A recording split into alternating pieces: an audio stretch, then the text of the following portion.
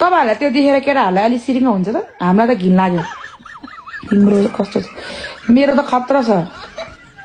मैले देखाउँदिन मेरो त खतरै छ मलाई पनि पठायो यति मैले के रहेछ भने हेरेको आमा भिडियो कलमा त खतरै गरेछ अनि केटीले त अनि एउटा कुरा के बुझ्नु पर्यो भने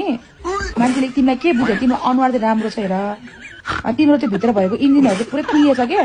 त्यो बुझ्छ अहिले छोरा मान्छेले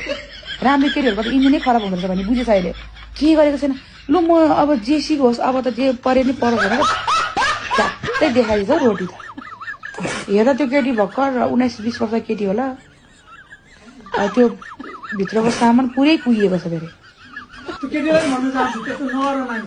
अलि देखाउन लागेको भए पनि हुन्थ्यो कम्मर माथि त ठिकै थियो कम्मर मुनि त खोइ गएकै थियो कम्मर माथि ठिकै रहेछ कम्मर माथि त रोइ खाडै रहेछ के देखाइरहनु बकिलै भए पनि ल हो भनेर ल आए पनि केही हुँदैन भन्ने के देखाउनु